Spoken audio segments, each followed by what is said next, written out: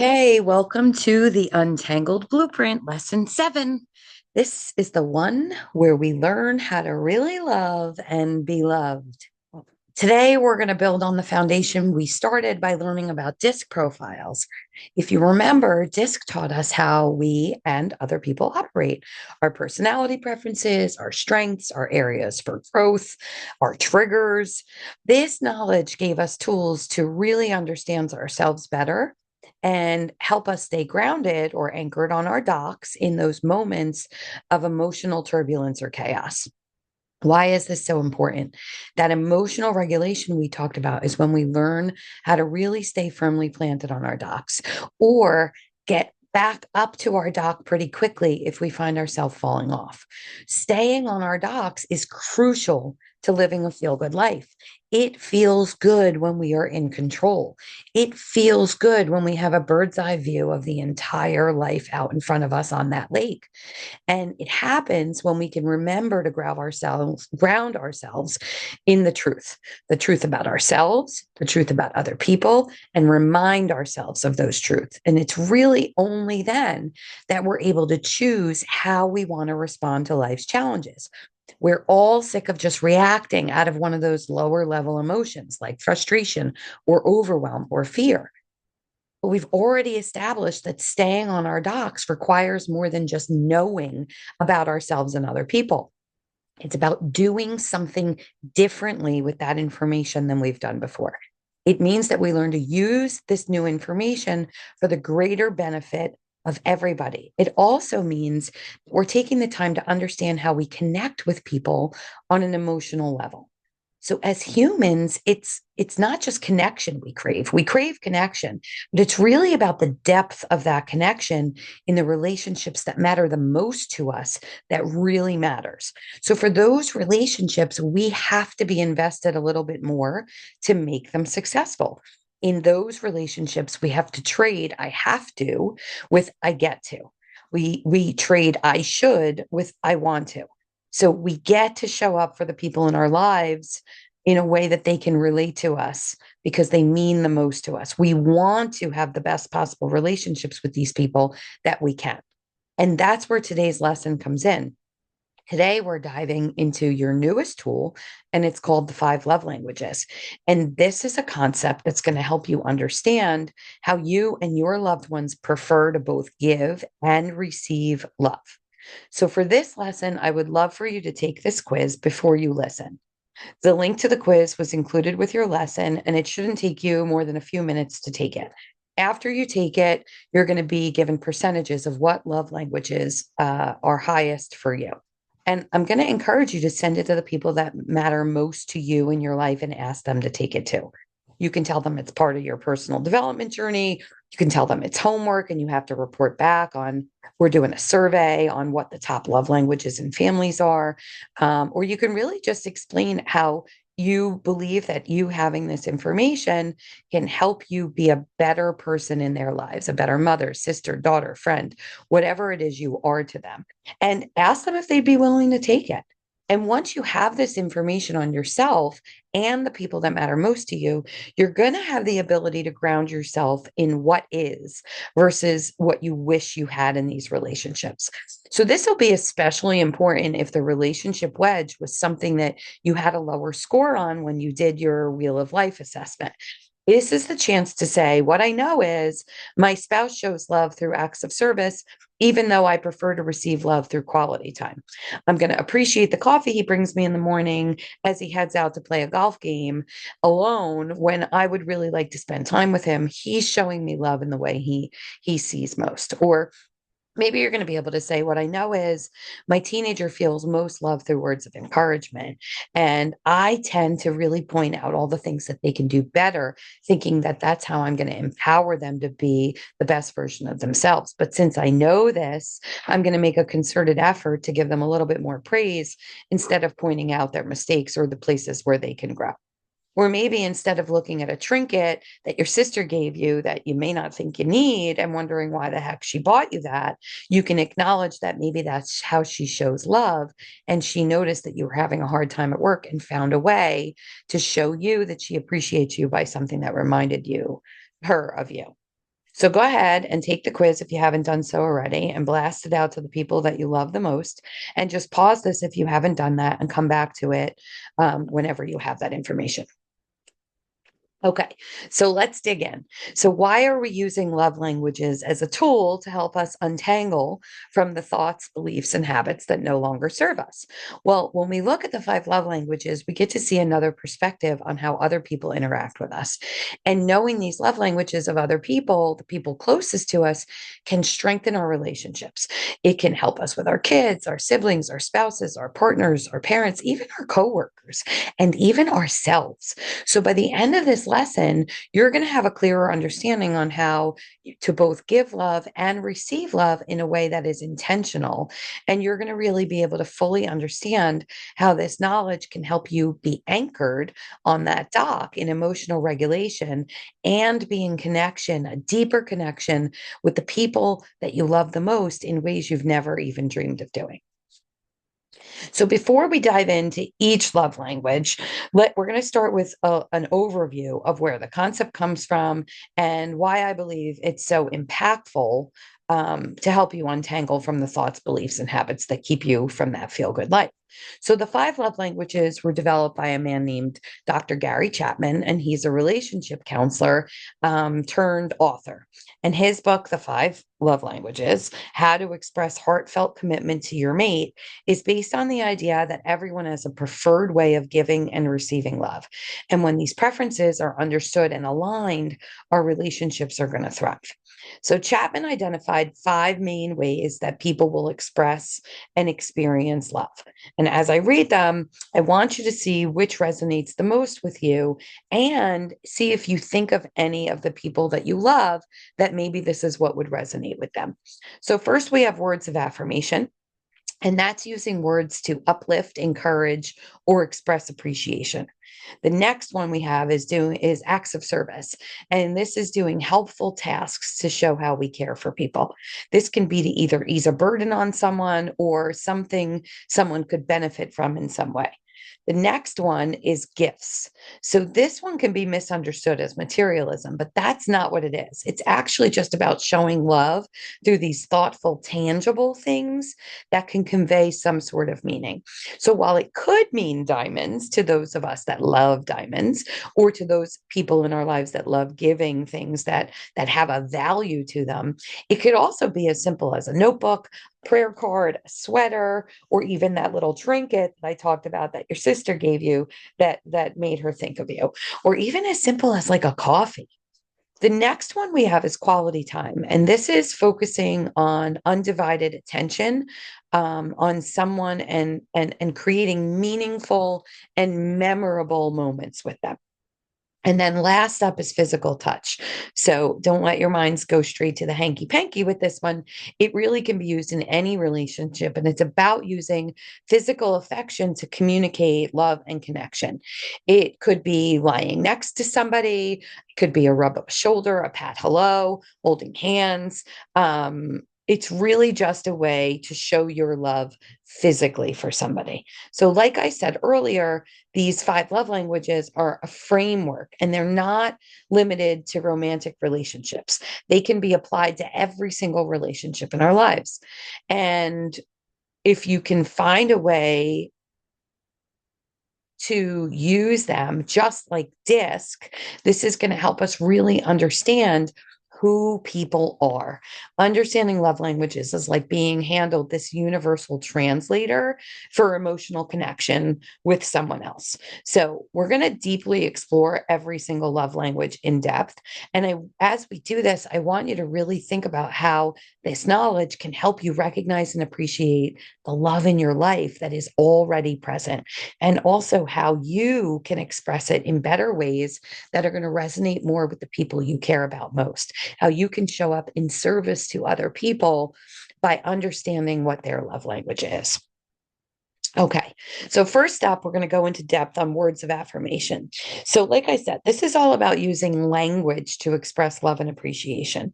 For someone who values this love language, hearing phrases like I'm proud of you or you mean so much to me or thank you for everything you do or can fill their emotional tank and make them truly feel seen and valued. This can be in actual words or it could be written in a note or it could be written in a text or an email. Some people find it easier to write out the words they feel if this isn't naturally your love language. It may be difficult for you to express this in words that just come to you. But for us, understanding this love language is really crucial because we've already learned how words carry such big power, right? They have that energy. The way we speak to other people and to ourselves can either build connections or break them down. It can create distance in them. So, if someone in your life values words of affirmations, really learning to express love through kind, encouraging language can transform that relationship. And in the same sense, becoming mindful of your own internal dialogue is one of the main ways that we can untangle from self doubt and really cultivate self love. So, if words of affirmation is one of your main love language, you really need to pay attention to how often you offer yourself those affirming words. Instead of criticizing yourself, practice these affirmations or alternatives to affirmations that we learned and they say things like I'm capable, or I'm learning to, or I'm worthy of, or I'm open to, or I'm beginning to. If this is your love language, you could also write love notes to yourself. You could jot down daily affirmations, or you can even look in the mirror and pull a Mel Robbins by high fiving yourself and telling yourself, I'm really proud of the woman you're becoming. Words like this have that positive energy and they really do have the power to heal. And when you use them intentionally for yourself and for other people, they can be really, really, really powerful. So, what if other people in your life have words of affirmation as their main love language? Well, imagine your teenage daughter is upset after a tough day at school. A simple, I'm so proud of how you handled that situation can be more powerful than any advice or gesture that you could give her. Or I'm sure you're going to come up with a really great solution. Could be something that helps them get firmly on their dock and you to be able to show how much you appreciate and affirm who they are. Or if it's your sibling and they're navigating some challenging personal situation, you can say something like, I really admire your strength and how you're handling this. And that can validate their effort and make them feel seen and heard and understood. And if it's your spouse that speaks in this love language, maybe instead of pointing out what they didn't do, like forgetting to take out the garbage or wash the dishes, you can choose to speak in their love language by focusing on what they did do. And maybe you could say something like, thank you so much for making my coffee this morning. It made me feel really cared for, and then completely ignore the thing they didn't do. And I'm going to tell you, if this is their love language, they may hear that and be so encouraged that they go and do the thing that you notice they didn't do just out of return reciprocating love for you because their cup of love has already been filled and now they have love to give. Maybe it's one of your parents and they need words of affirmation. Maybe a statement like, I really value everything you've done for our family can remind them of their continued importance to you. So if this is your language, your love language, what would you want to hear most to make you feel good? And maybe consider sharing that with the people you love and start showing up for other people, sharing those same things that would make you feel good with what other people would feel good. Okay. So next up, we have acts of service. So acts of service really can be anything involving doing something thoughtful or helpful to show someone that you love or you care. And this might come naturally to you. It could include making dinner for someone, helping someone with a project, or taking care of something on a to-do list without being asked to do it. For people that value this language, actions really, truly do speak louder than words.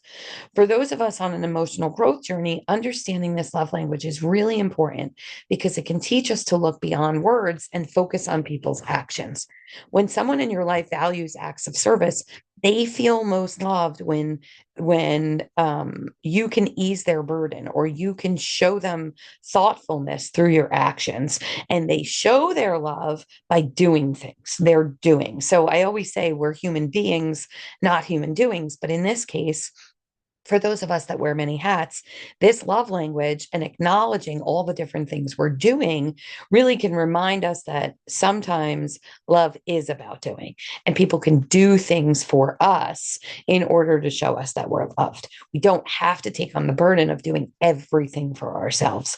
So, if that's your love language, you can show up for yourself using these services as well. You can ask yourself, how can I serve myself today?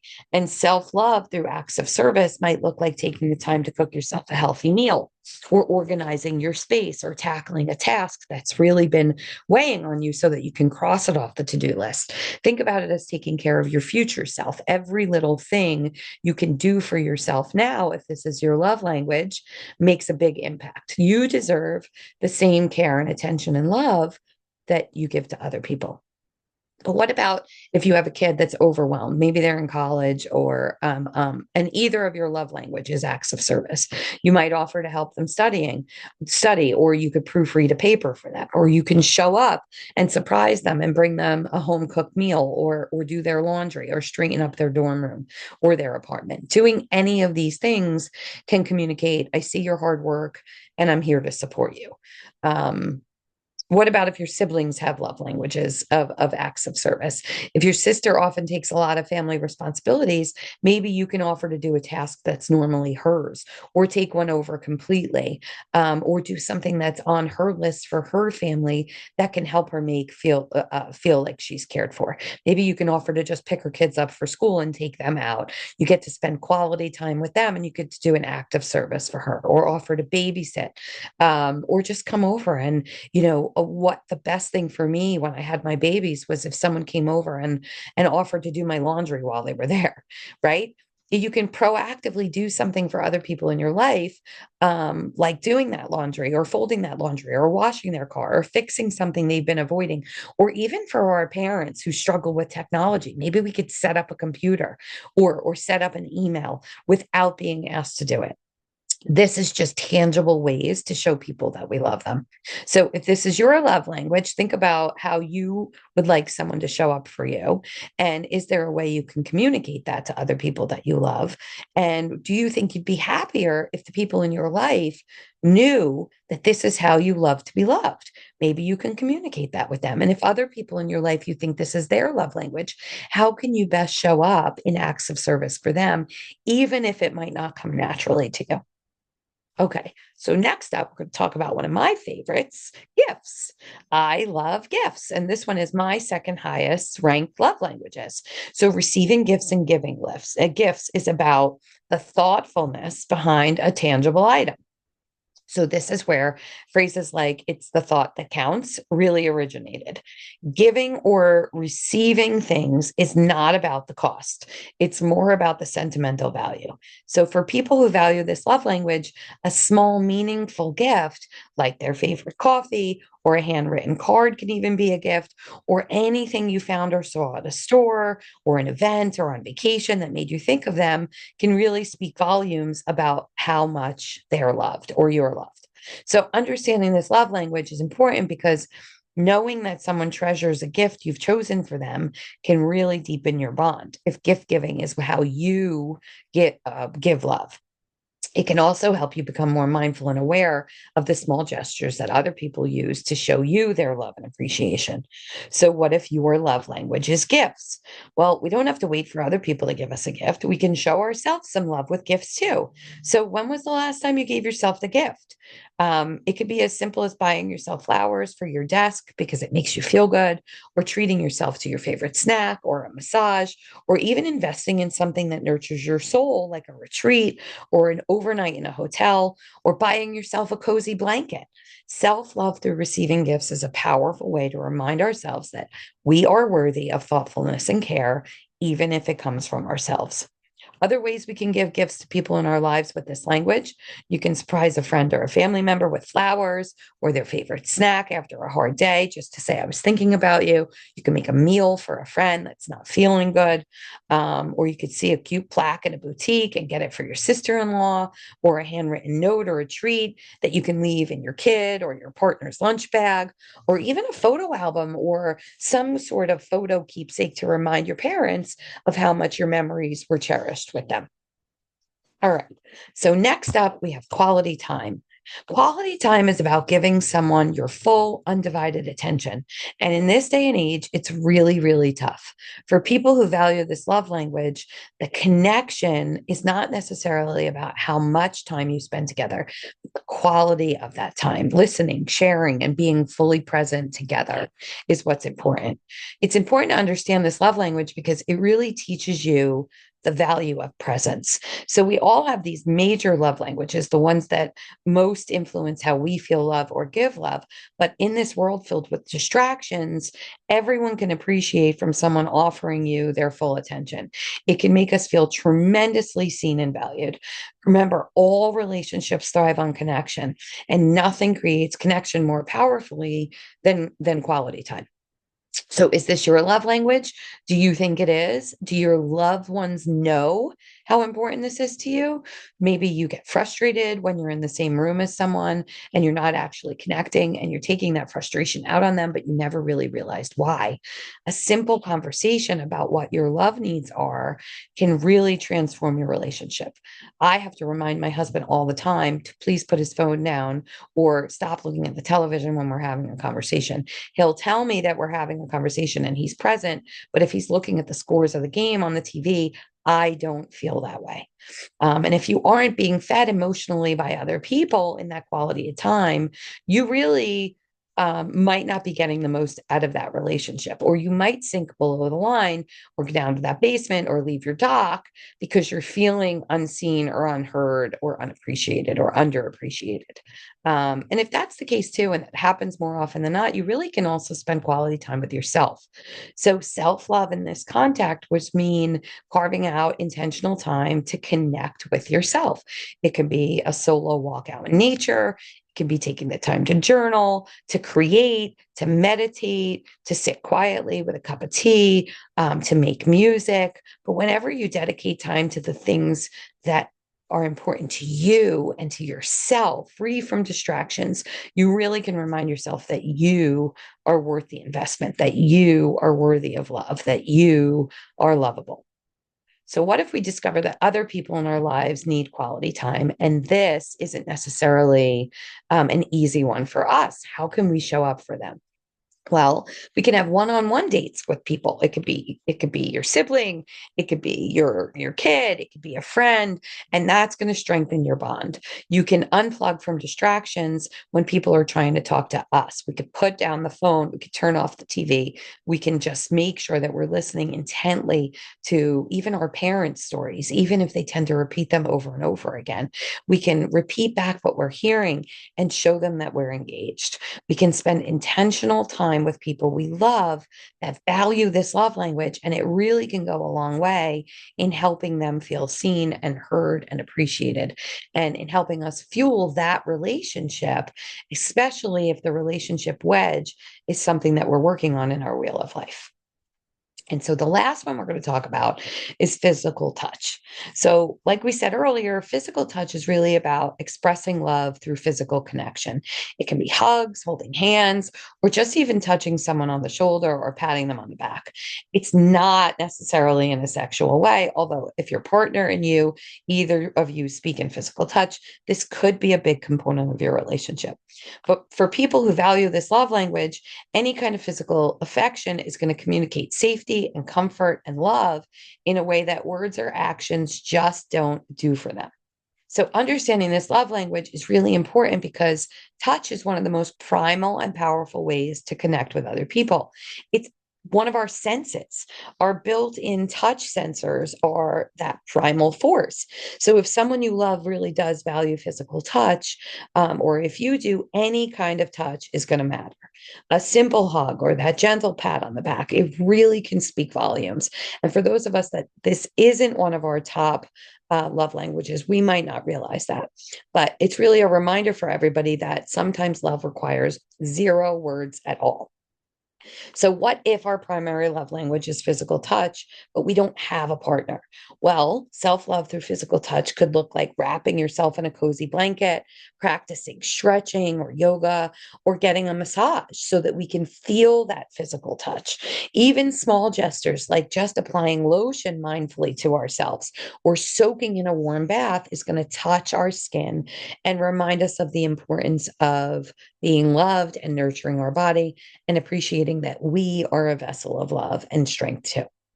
So, what about our kids? How can we show up if they need physical touch? Well, a hug after a tough day or a quick rub on their back when they're not feeling good is going to be able to do the trick. Or even that playful nudge when we're with our kids or even with our friend, like, ha ha ha, and you just like push them and nudge them.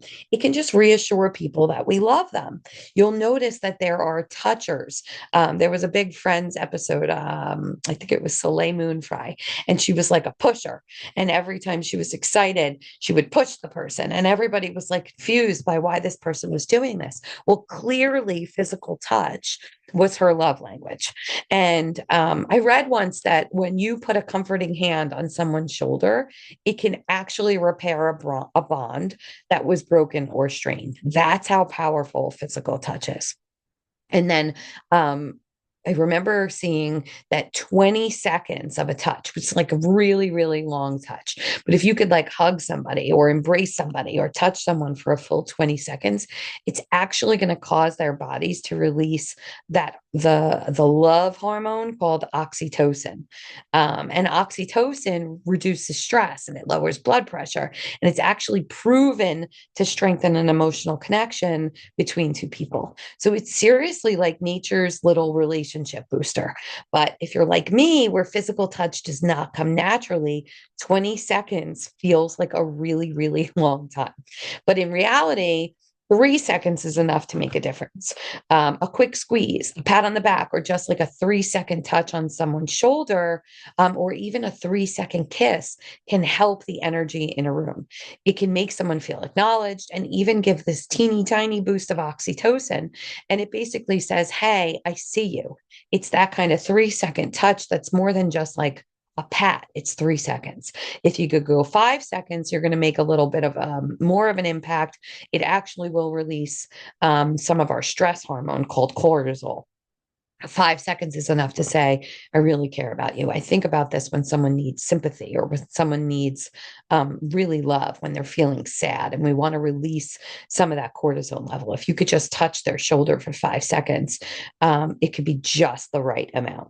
If you could squeeze out 10 seconds, you're really getting somewhere because that oxytocin is really going to start to kick in and cortisol is actually going to release. But really, 20 seconds is that golden zone. If you can get to that 20-second hug or touch, the discomfort period is going to go away. And it's long enough to actually calm the nervous system, your nervous system and their nervous system. It reduces anxiety, it deepens connections. You're actually lowering cortisol and raising oxytocin so much. And you're saying, I've got you, we're in this together, you're not alone. Or I love you so much that I'm spending this extra time in this embrace. It's this kind of moment that can really change someone's day. And guess what? It doesn't have to stop at hugs or physical touch. You can hold hands, you can make eye contact. Like eye contact is considered physical touch, is actual um, connection with eye contact. 8 seconds of eye contact can foster a sense of closeness and attentiveness with anyone and help you really be present. And that's also going to help you if someone speaks in quality time. That eye contact is huge. So the next time you're hugging your kids or your partner or your close friend, just consider holding it like a little bit longer and making really a bigger impact. So that's it. That's really the lowdown on each of the five love languages. Hopefully by now you've taken the test. Maybe you've sent it to a few people. that you really love, playfully asking them to take this as an experiment for you. But once you figure out your top love language, or really maybe your top two, I find that some people have two that are really closely related in percentages. Like you have 28 and 29, right? Unless you have a big 50, you may have two that are pretty high up there. But after hearing all of these explanations, just reflect on how this knowledge can really make an impact in your life. It can definitely be challenging to be in relationships where someone doesn't naturally speak your love language or vice versa, but you really can make it work. It just requires intention. Sure, it might not feel familiar or comfortable for you at first, but the beautiful thing about human beings that I hope you're learning is that we can create a habit out of just about anything. It starts with our thoughts of, I get to do this. I want to do this. I must do this if relationships are important to me. And then that becomes the belief system of, this person really deserves this from me. And I get to show up like this because it's going to make an impact.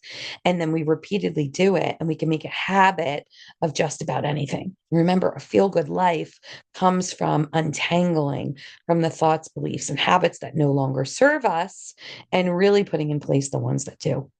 So when we make this decision to make loving intentionally a priority, it's going to get easier and easier and more natural for us over time. And when we choose to show up in a way that someone in our lives needs that love, we're making a choice for the relationship. Instead of thinking, why do I have to do this for that person when they don't do it for me? We're thinking about it in a way that says, I'm so grateful that I have this person in my life. So I'm going to show this person love in a way that they can really receive it. And that inevitably is going to create a greater relationship. And that person's going to want to show up in doing the same thing for us. And we wanted that more connection all along. And us doing it first and often is really going to help create that. So this shift from have to and get to really will change everything. It's about living with intention and creating the feel good life that we all say we want. So now just think about any of those challenging relationships that you might have, the ones where you feel like no matter what you do, the other person just doesn't feel the love you're trying or to give them, or respond to the love you're trying to give them, and ask yourself how this new information can help you understand those relationships better, or past experiences better. Maybe you could go back and look at it with this new information and use that discernment, which is the ability to go back and see things and make a new decision based on the information. How can you communicate your own love language more clearly if you feel like it's not being met by the people that are in your life? Maybe you're realizing now they speak a different love language, and you have to communicate that your love language is different. And what do you notice about these love languages? What do you notice about the love language of the people closest to you? How are they already showing love in ways that maybe you didn't recognize it before? So the Beatles, John Lennon so famously wrote, All you need is love, right? I hope you're all singing away now that I said that. All you need is love. But really, truly, love is the most powerful force we have. And by understanding how we give and receive love, and how the people who matter most to us do the same, we really can unlock this power to create deeper, more meaningful relationships. And that, my friends, is what life is really all about.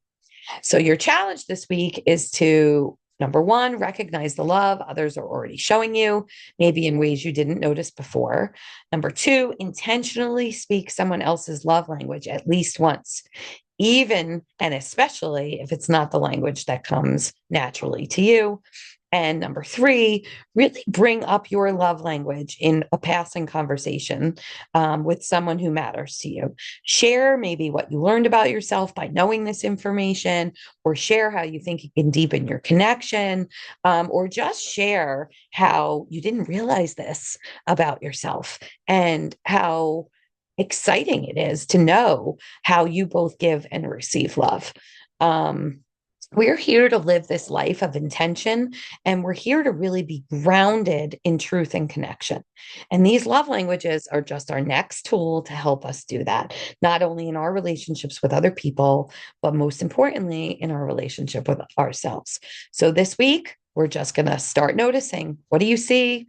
what's shifting for you, and you're going to jump and go in the group and maybe share what you're discovering. I can't wait to hear all about it from you guys. And I hope that you have found this information to be as impactful as I found it to be.